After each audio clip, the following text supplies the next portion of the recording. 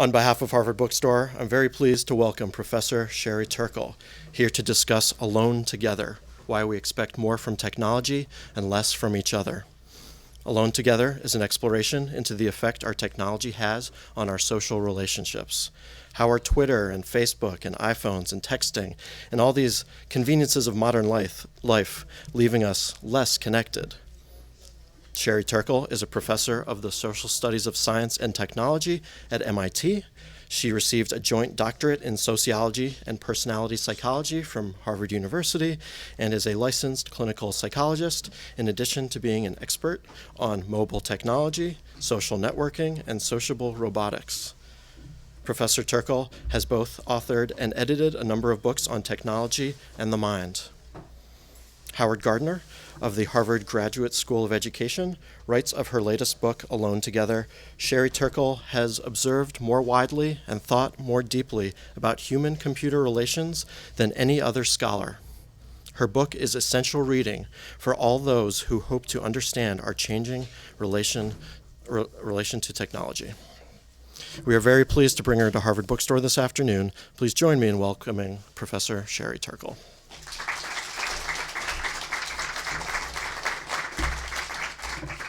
Well, this is really a great pleasure because this is where I buy my books. This is where I've bought my books ever since I was an undergraduate here and a graduate student. So this is like, being at the mothership and getting to speak here. So this is really a great joy.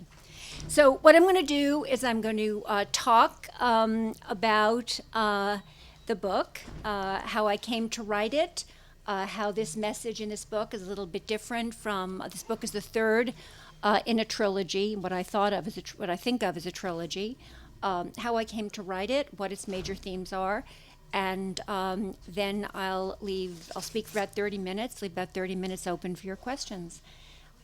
Great. So as I say, it's the third book in a trilogy, and the other two, quite frankly, had a tone that were a little bit more, upbeat in tone, a little bit more, I'm going to take off my watch so I can make sure I'm good with my time, a little bit more, I was on the cover of Wired magazine, people saw me as very sort of pro-technology. They had a tone of optimism and discovery. I'm a clinical psychologist, trained as a clinician, trained as a sociologist, and my feeling is that people in my line of work, humanists, psychologists, really weren't paying enough attention to all that computation and all that the internet had to offer in terms of thinking about identity, thinking about the self. And I had come to MIT a little bit by accident, and I had come across many phenomena there that I thought people needed to pay attention to. I went there and I saw really the depth of connection that people felt with computers, and I was trying to draw attention to that. So in 1984, I published the first of those books called The Second Self, and that book was really about the one-on-one of people with computers and what the identity implications of that was.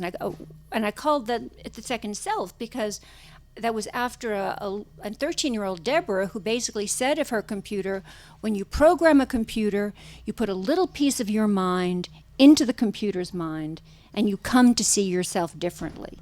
Even 13-year-olds playing with the simplest of games and programming languages had that sense that this was a different kind of machine, a mind machine, and there was a sense of projection into this new kind of space.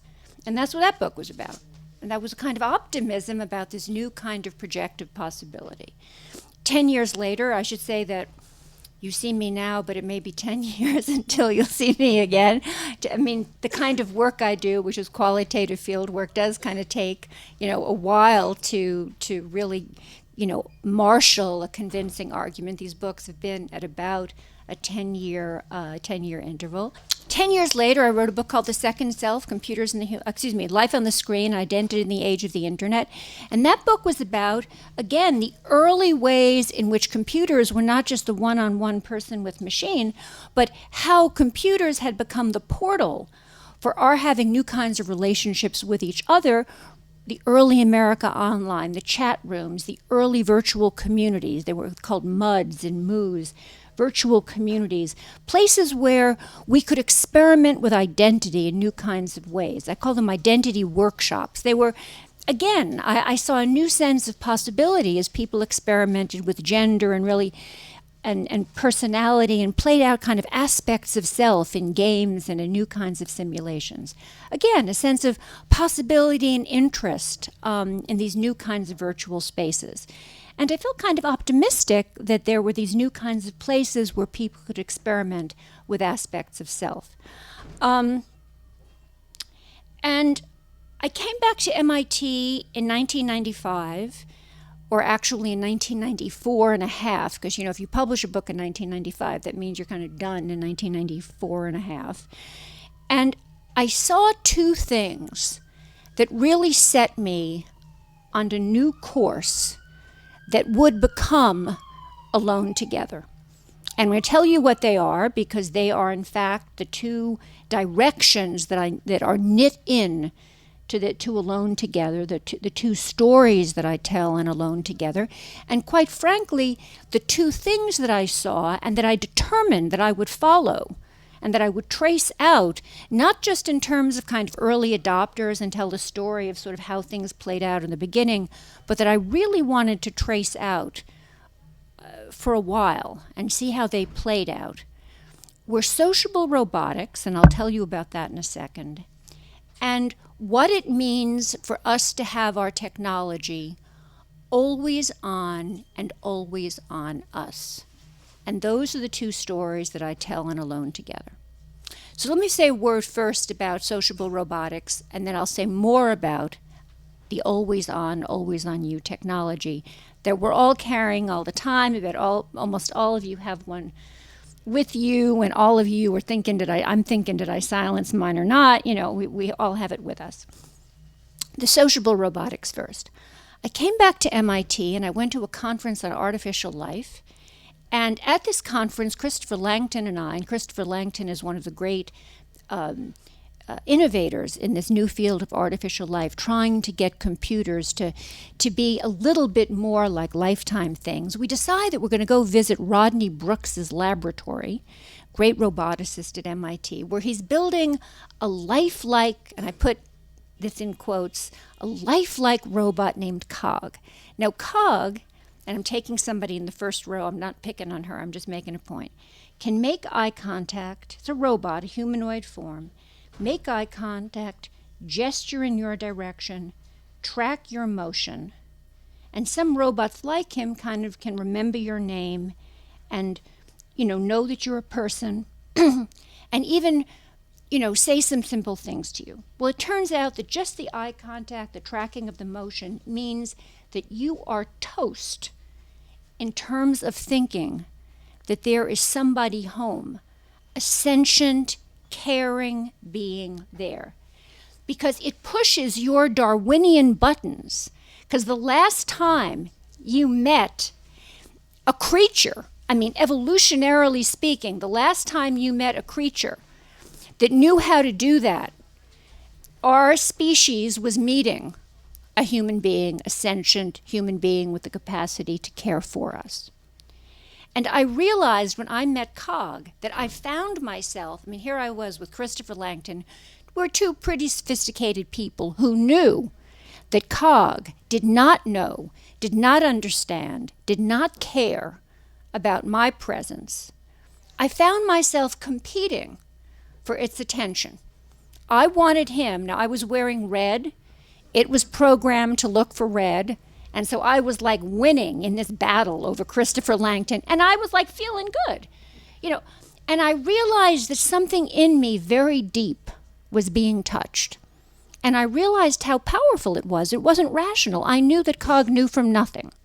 And I realized what cheap dates we are as human beings, because we can be touched by these machines. So it doesn't matter what you know about what the robots don't know, this new kind of sociable robots. And I'm not talking about robots that vacuum, that, do your dishes. That search out dangerous those are cool. That search out weapons in Iran. I am so pro-robot when it comes to any of that.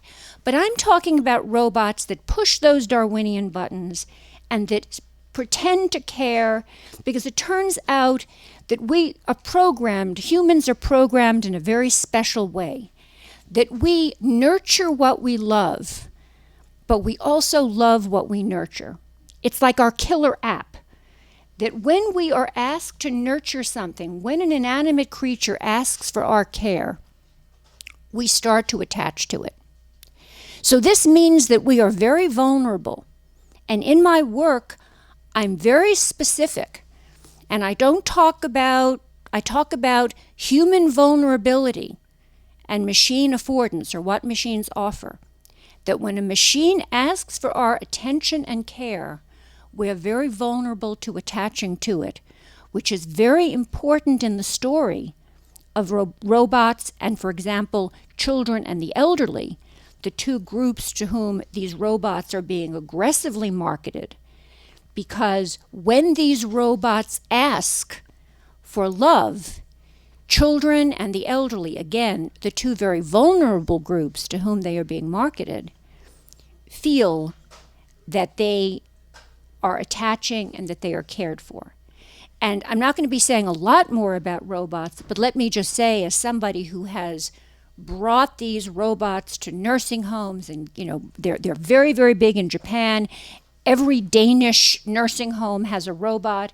You're about to see them come in, heavily marketed in the United States. I'm not talking about a big science fiction future. I'm trying to start a conversation about something that is imminent in the United States.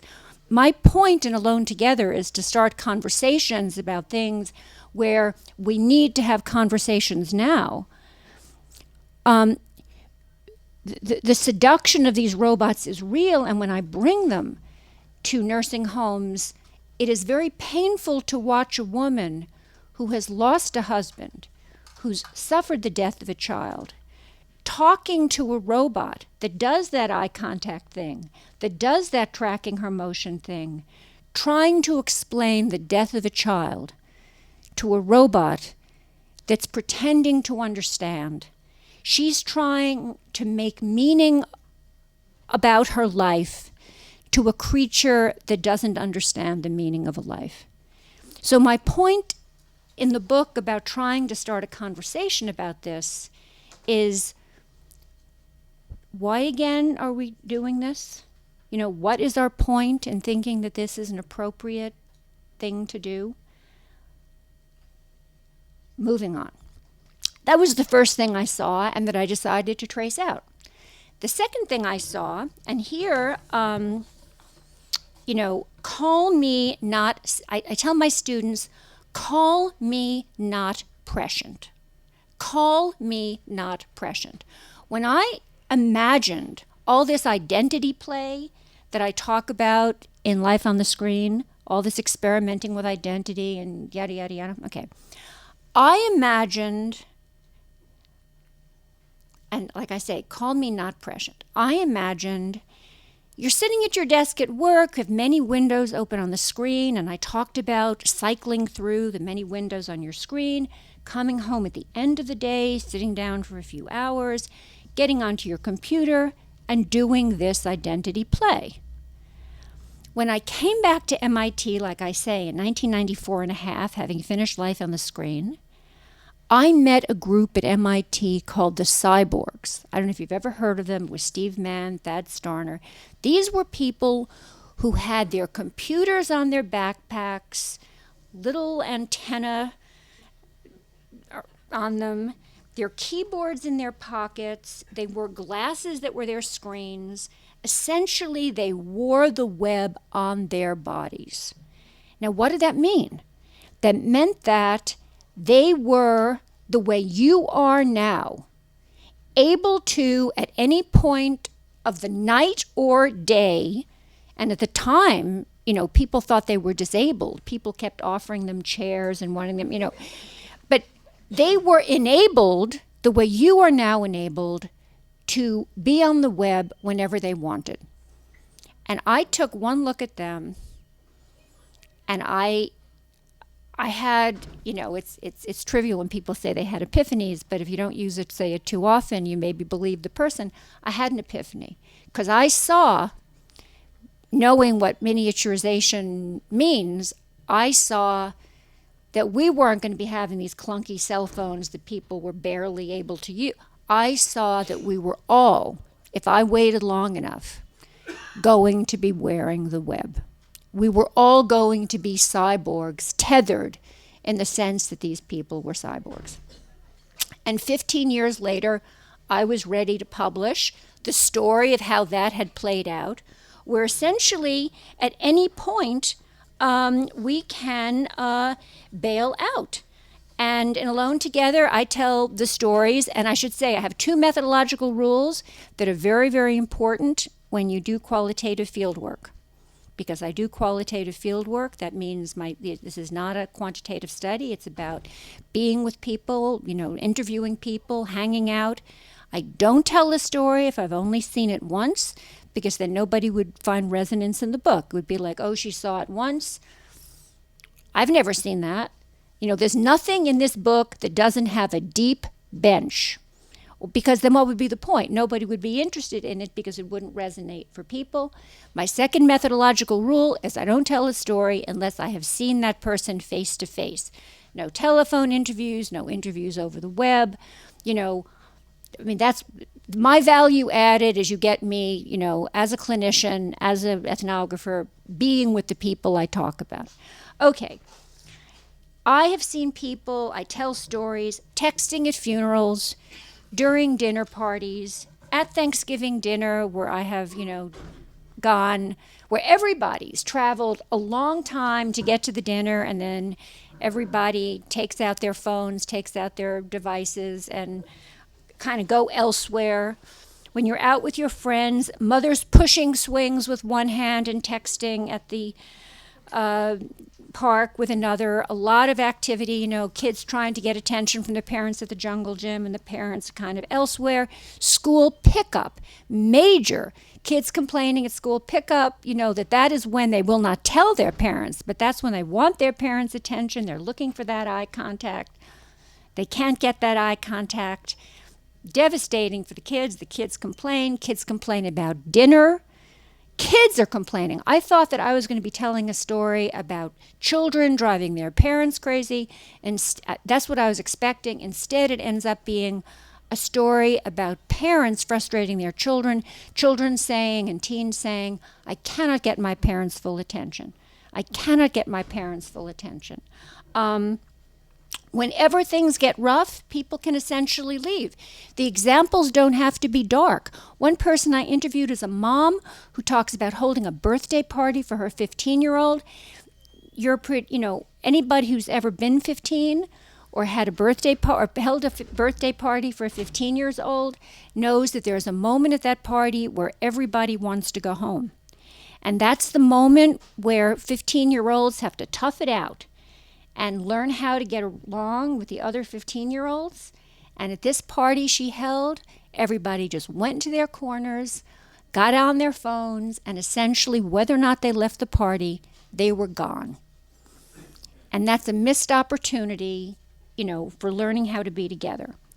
So let me just, now that I'm on the subject of connectivity, give you some highlights of kind of what are some of the major changes in this realm of connectivity psychologically that I point out in the book. First of all, baseline, we don't use the voice minutes on our phones. We'd rather text than talk. They try to sell you voice plans because they know you won't use your voice minutes. Talking starts to seem intrusive, a kind of demand on our real time. We turn instead to Facebook, to friending, to Twitter, to worlds in which we play avatars, being ourselves but not quite ourselves. We interrupt ourselves to take calls from strangers. In the audience is one of my former students, Yanni Lukakis, was the first person who said to me, and this will seem like so retro, but I promise you, Yanni is not ancient. He is very young, so it was not very long ago. We're walking across campus at MIT, and he said to me, I just had this weirdest experience. I was with a friend. I quote him in the book as anonymously, but I'm now outing him as the person who made this remark.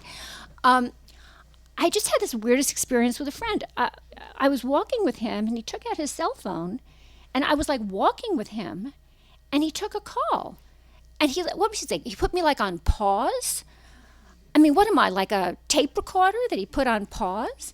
And it was like the first time anybody had like ever said that to me. And like this was like within recordable history that this was like the first time I'd ever heard this. Now all of a sudden, I mean, I'm put on pause, 10 times a day? So we get used to this notion that any conversation is, interruptible. And that becomes, very important.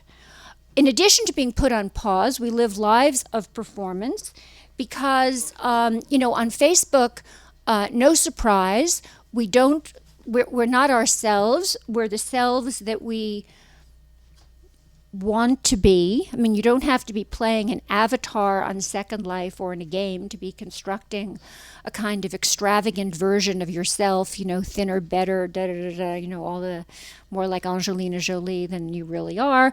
You also on Facebook turn out to be a somewhat better self, and particularly, more like your ideal self. And particularly for adolescents, I pick out a tremendous amount of what I would call performance anxiety, or more likely performance fatigue. So I see us at the still center of what I call a perfect storm. With the robots, we're alone. You are really alone. There really is nobody there, but you may feel that you're together. In solitude, you now feel seeming intimacies. With your digital connections, you're together. I mean, I'm not saying that you're not there with real other people, but you may come to feel alone. In intimacy, no new solitudes. And so that's the structure of alone together. In solitude, new intimacies. In intimacies, new solitudes. It's a moment of confusion, but I also argue it's a moment of surprising new opportunities, because I think that after 15 years, there's an opportunity here to say we've had some experience and we can get some things right. My favorite line in the book, and I may be getting back to this, I'm going to talk a little bit more, but I may be getting back to this, but I want to really underscore it. If an author is allowed to have a favorite line in her book, is just because we grew up with the internet, we think that the internet is all grown up. And that is a fallacy. We are in early days. There is time to make the corrections. This is not an anti-technology book. Don't believe everything you read in the paper. I'm not saying unplug. Far from it. We are not addicted. Addicted means you have to get off the substance. We are not going to give any of this up. We need to learn how to live with this, because this is the technology of our time. We are in partnership with this technology. We need to learn how to live with this in the most constructive, fulfilling way, and not paying attention to your kid because you're too busy doing your mail to look up at dinner. It is not the most fulfilling way. These funerals where people are texting, I mean, the point is to take a moment. That is not the most fulfilling way to give honor to a life. A woman tells me that she was sitting Shiva for her mother, and people came, which is a Jewish ritual of mourning. When somebody dies, you come to their home and you sit with the person. And people were texting and on their phones. I mean, we're losing the sense of taking a moment. There's a great psychoanalytic, psychological truth that if you don't teach your children how to be alone, they will only always know how to be lonely. And, if we're constantly needing to grab the phone and be with each other and text someone, we will only teach our children how to be lonely. So there's a danger. When people say, well, what's the worst thing that can happen? What's the worst thing? Okay, two worst things. First of all, that we're going to work ourselves up into a state where we're going to find we're going to lose the capacity for the kind of solitude that refreshes and restores. And in all of this connecting, we will only always know how to be lonely. We're not going to find the good solitude, but we're going to find a kind of new loneliness. I mean, that's why I call the book Alone Together. Second part that's troubling is, and I call this I share, therefore I am, that I'm finding particularly among adolescents, again with this kind of hyperconnectivity, that they go from a state of mind where it's, I have a feeling, I want to make a call, to, I'd like to have a feeling I need to send a text. In other words, the constitution, did everybody get this? I have a feeling I want to make a call, to I'd like to have a feeling I need to send a text. In other words, where the constitution of the emotion becomes part of communicating that emotion. And that's not a good thing, because when you use people this way, you can get used to seeing them kind of as spare parts, as part of your constitution of emotion, kind of as supports for your too fragile self. David Reisman, who was a great teacher here and one of my teachers at Harvard, talked about other directedness, and this kind of takes the idea of other directedness to a higher power. I mean, this kind of takes it to the nth degree. So to begin to conclude and to draw the story of connectivity and the robotics story together, we fear that our lives with technology have gotten out of control, and we fantasize paradoxically that it's technology that's going to help us reestablish control. This is an old fantasy, but I think it is really out there now. Overwhelmed with the email, the messages, that 100 a day, 200. I mean, how many? I mean, I can get 1,000 a day. Messages, texts, between the messages, the texts, the instant messages, the email. Overwhelmed, we're drawn to technologically mediated connections that seem low risk and always at hand. One of my favorite chapters in Alone Together is a chapter called Please Don't Call, where people basically talk about how they don't want telephone calls because it's too open-ended. It can go on and on. I mean, anything can happen. This person might want to talk. I mean, and then the reason I'm cautiously, just parenthetically, the reason I'm cautiously optimistic at the end of this book is because the people I'm talking to, the people who, because I interview them for a while, an hour and a half, I see them again, who are explaining to me how they don't want to talk to their friends, who are explaining to me how they're texting with their kids in the back of the car, and they're driving 65, 70 miles an hour and texting. The mothers who are explaining to me how they're texting at dinner, how they're reading Harry Potter with one hand, but they're looking because the little red light goes off and they want to see what's happening. These are not happy campers. People sense there's something amiss. People texting at funerals, and I say, what's with, they don't really want people texting at their funeral. People sense that something is amiss. I think we've lived with it for a while, they want to make the corrections. So we're drawn to these technological mediated solutions, and we start down a path of substitution with the idea that technology is better than some of our available human connections. And finally, we play with the idea that technology might be better than any human connection. And in Alone Together, I talk about this slippery slide from better than nothing to simply better. And let me just quickly end by talking about how it happens in both realms, both in the robotic and in connectivity. And maybe in the reviews of the book, I hate when authors gripe about reviews of their book, but the thing that hurts me most is when people say, oh, she kind of wrote 2 books and she just didn't know how to put them. The 2 sides of this book are very integrated. I meant to put these 2 parts of the book together. It wasn't like I had two books lying around and I said, oh, I can just like save myself some time and put them together. So they're meant to play off each other, because I'm trying to get you to think about this issue of why are we looking for technological substitution and the fantasy of technological substitution. And I'm trying to take things in very different realms to really start that conversation, because I think this is the prevalent fantasy, and this is the conversation I want to start. So in robotics, an 11-year-old girl starts to, end of author gripe, very short, forgiven. Okay.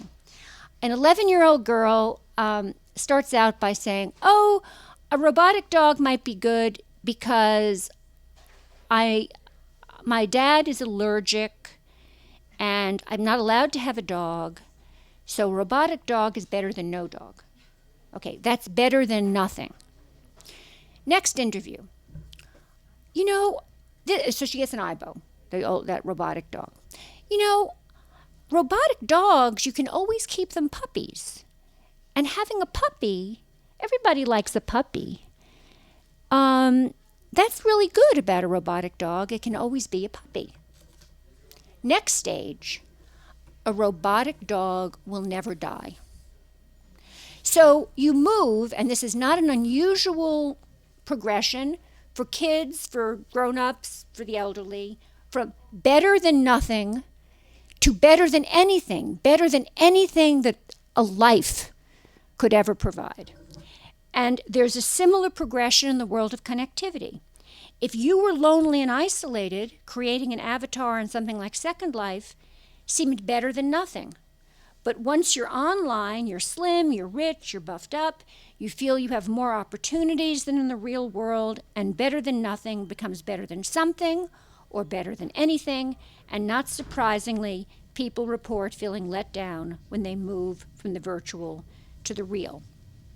Sociable robots and online life both suggest the possibility of relationships the way we want them.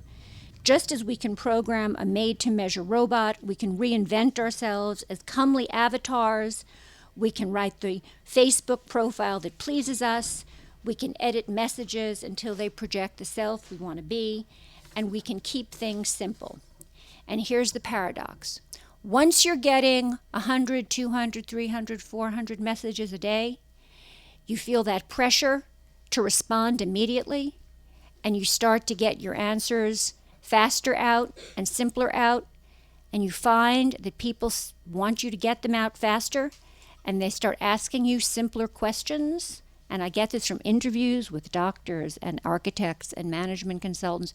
People start asking you simpler questions so you can give them immediate answers. And so we face this incredible paradox in our culture that we face ever more complicated issues, and we have created a communications culture where we're asking ourselves, we're all kind of put ourselves on cable news. We're asking ourselves simpler questions to get out those immediate, simple answers.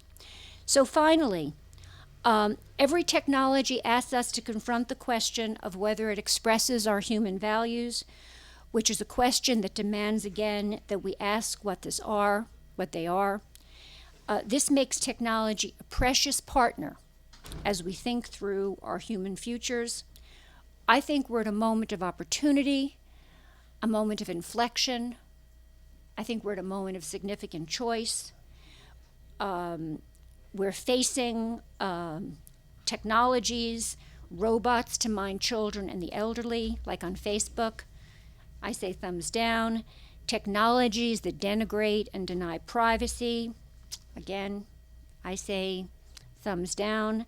Seductive simulations that present themselves as real places to live. If it works for you, if it enhances you, interesting, but again, not when it removes you from your human connections. I think we deserve better. We deserve the conversation when we remind ourselves that machines don't control us, but we control machines. We shall have better. Thank you very much. Well, I think everything is a question of balance. I mean, we all watched the Kennedy memorial services, the John F. Kennedy services. We watched the Teddy Kennedy services. I mean, all of us have had our lives punctuated and moved by public experiences of public mourning that were not where we weren't physically present. So it would be dumb to say, oh, you're not there in person, let's not do that. On the other hand, to wave away, on the other hand, I've canceled everything in my life to go to the funeral of a close friend because I just felt that to not be there physically at that moment with their family, I needed it for myself. I needed it to be with them. So I think that I think it certainly isn't for me to say this this yes, that no, but I think it's more important that we don't lose the our understanding of the difference between the genuine feeling of watching a public figure being honored and and watching that from afar and being with the family and being present to a friend at a moment when they need their friends around. So I don't think that's kind of like a general thing where you need to have sort of like a blanket opinion. I think that's again, bringing us back to ourselves and what the purpose of being there is. I think we've kind of lost our sense of the purpose of being there. I mean, these stories of funerals and shivas are not meant to be dark. They're just dramatic examples of, what is the purpose of being there. But sometimes I feel that way at dinner. Everybody's at dinner with their phone on the table, taking calls. I mean, the thing that bothers me, and I think it was very dramatic as I remember the story that Yanni told me, is that the friend didn't know who the call was from. I may have gotten this wrong through the years, but I think that what's extraordinary in the stories are that sometimes people take calls, they don't know who the call is from. It's the seduction of just the new. And actually, that's one of the things I explore in Alone Together when I say, well, you don't know who this call is from. Because, I'll be interviewing somebody and they'll take a call. If you think that my interviews are so sacrosanct, on the contrary, I sort of welcome being with somebody at the moment of being interrupted because it gives an opportunity to say, and so what was that about? I don't treat this like a psychoanalytic session. When they're interviewed, I, want to say, well, what was that about? And they'll say, it's like, that my email, my these calls, they're like the place where hope is in my life. Something new might come up, something fresh, something exciting. It's like Publishers Weekly, those, I remember as a kid there was this television program, The Millionaire, like Jay Beresford Tipton would come with $1 million, or in Jane Austen, Mr. Bingley's carriage would come with an invitation to the ball. Something would happen. That's what that little red light is. It's one man put it very succinctly. He says it's the place for hope in my life. I think that's what it means to us. Well, in a sense, I wrote a book that that looks at the things that concern me because I think there are concerns.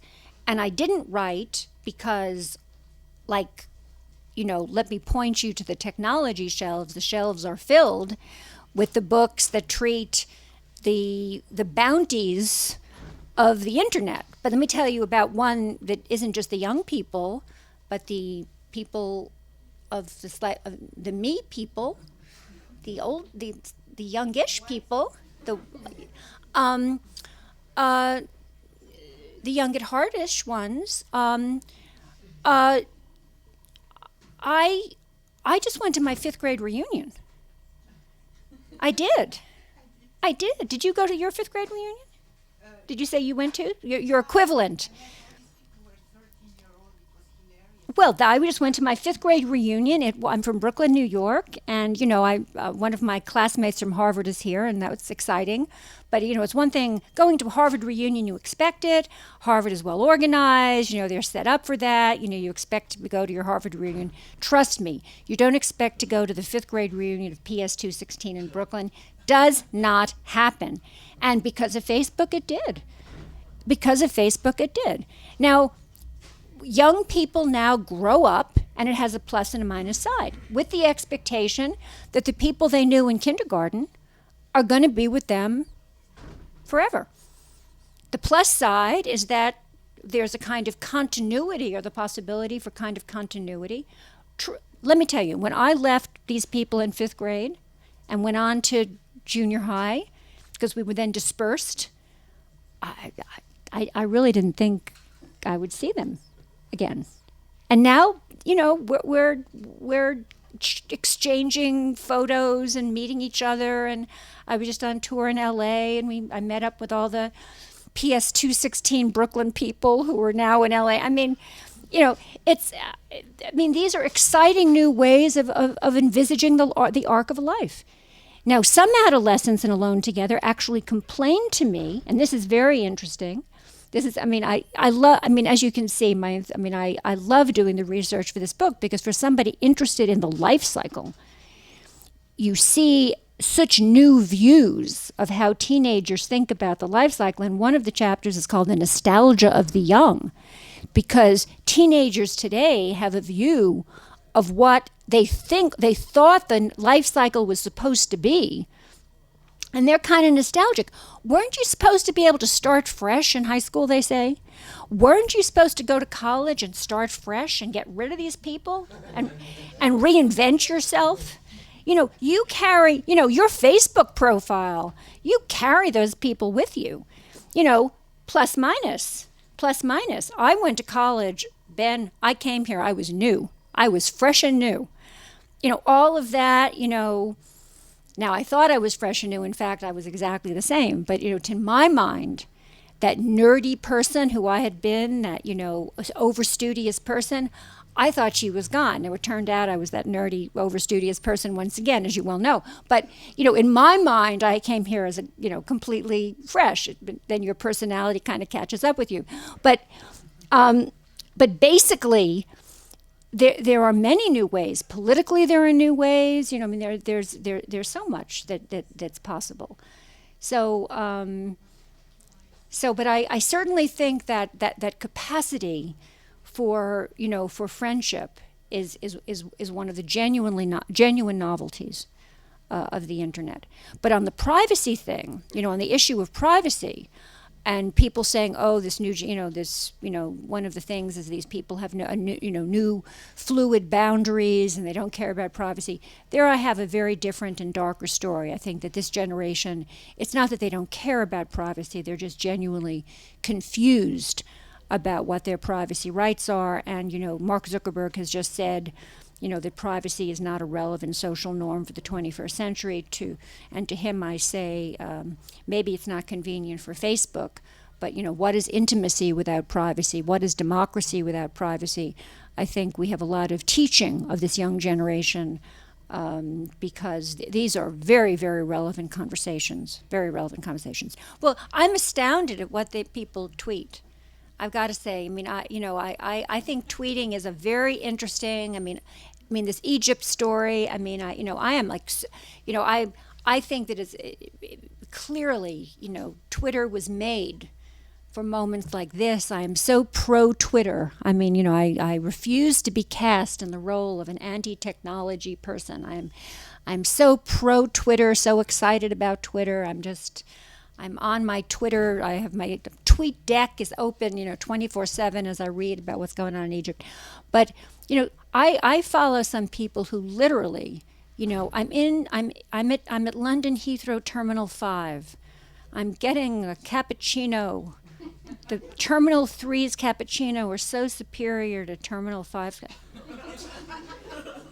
Anybody have why can't Terminal 5 pull up their socks and get it together for a decent cappuccino? I'm like, yeah, I know. Absolutely. I'm seeing a range of ways of handling it. First of all, one of Yanni and my mentors at MIT, Bill Mitchell, coined a phrase. Well, I don't know if he coined it or I coined it. I mean, we coined it together in one of those meetings where, one thing leads to another. Internet bankruptcy. Internet bankruptcy is where you basically put a note saying, "I now have more than 3,000 messages in my inbox. I'm now deleting those messages. If you have an unanswered message to me, I'm not going to be answering it. But if you still think you have business with me, write me a new one." But basically, what? Well, maybe, or maybe, I mean, Bill and I felt, actually, that if you do that, if you just wrote a little program that just goes through the inbox and said, actually, most of those people, when I look at what's sitting in my over 3,000 inbox, I think most of those people would go away. Their message wasn't really that, it's really just too much to handle. A lot of it is just people copying you because they want to make sure that you saw it. So if you say you didn't see it, So, but more and more people are doing that. Now, certainly in high school, there's more and more, I just can't handle this. I'm seeing a lot of people, and I write a lot about a lot of people who just check out because the pressure is too great. It's just too much to keep track of. And then they kind of rejoin. There's a program called Freedom. One version of it is free, one version of it is not free, where do you know what it does? Everybody's laughing. Do you know what it does? People are laughing. Want to guess what it does? What does Freedom do? What? It makes sure you don't get internet. It disenables your Wi-Fi. You can, once you sign up for Freedom, your Wi-Fi is turned off. So, what's that about? People paying to have their Wi-Fi disenabled. Now, I know people who have smashed when they have to finish a project, finish a book. We're too connected to think. We're too busy communicating to think. Sometimes we're too busy communicating to create. I argue sometimes we're too busy communicating to connect with each other, to really be with each other, but we're also too busy communicating to, if you have a project due, a book due, everybody knows that when you really have to get something done, you have to disconnect. And I know people who smash up it's disgusting, they smash up their boxes and their things, at their summer houses where they went to finish their isolated cabins, but they're connected, and then they drive around in this pathetic thing, trying to find people who are free internet, unprotected internet, and park in front of their houses trying to get their email. People are doing a variety of things, but I think people are sensing that there's, that they're trying to find a way to get it under control because we need to not. It's not that there's anything wrong with email. It's really how I keep in touch now. Nobody calls me. None of you will call me.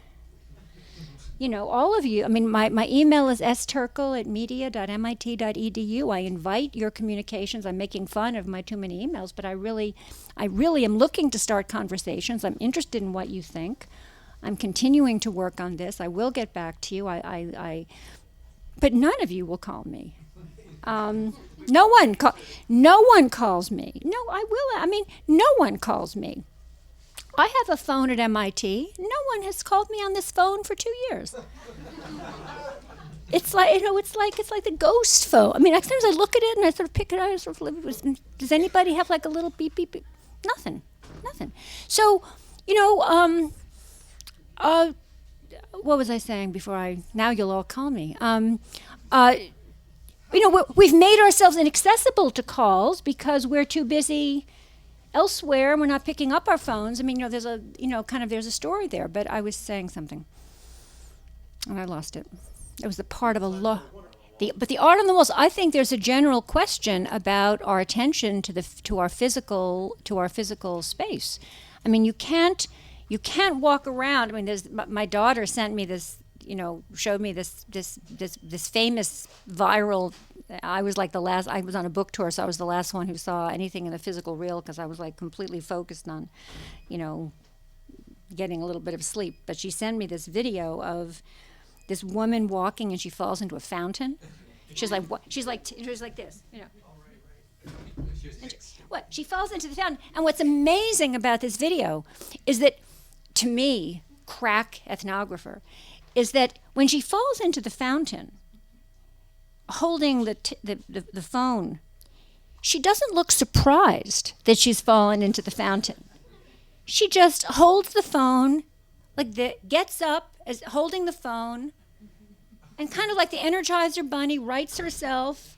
I mean, doesn't her? I spill a little bit of coffee on my on my laptop, and it's like an epistemological emergency, But it was almost like her. She have a waterproof phone. It's like she just went on, as though this has happened many times before, So, you get that I think there is a lack of attention to our physical surround and a lack of attention in general to the spaces we're in, that I think that is a loss. Part of this, and this is something I discussed in Alone Together, is what it's like to be, in a railway station, in a train, and people are like talking into the air as though you are not there, and what you hear about their lives. And people used to say, oh, it's that they, they're just so into their world, they don't care about you. I think that they feel as though that the fact that they have their device renders you invisible. It's not that they feel anonymous, it's that having the device renders you invisible. Well, that's the thing I'm trying to figure out. I think that this is a new category. I mean, that isn't like, oh, I'm so individual. I mean, literally, people used to analyze that they feel anonymous. I feel that there's something about putting on this device that renders the world around them as though the world around them doesn't exist. So I somehow in observing this and observing people's behavior, I feel that it makes the world around them. Because there's a chapter where I say, here is what I learned by trying not to listen to the conversations around me on the Acela. And then, there's these it's like, and I'm trying, so that I put on these Bose earphones just because I don't want to know these things, it's like a burden. So that was supposed to be the last question. I thank you. You have been such a wonderful audience, and I hope you enjoyed the book.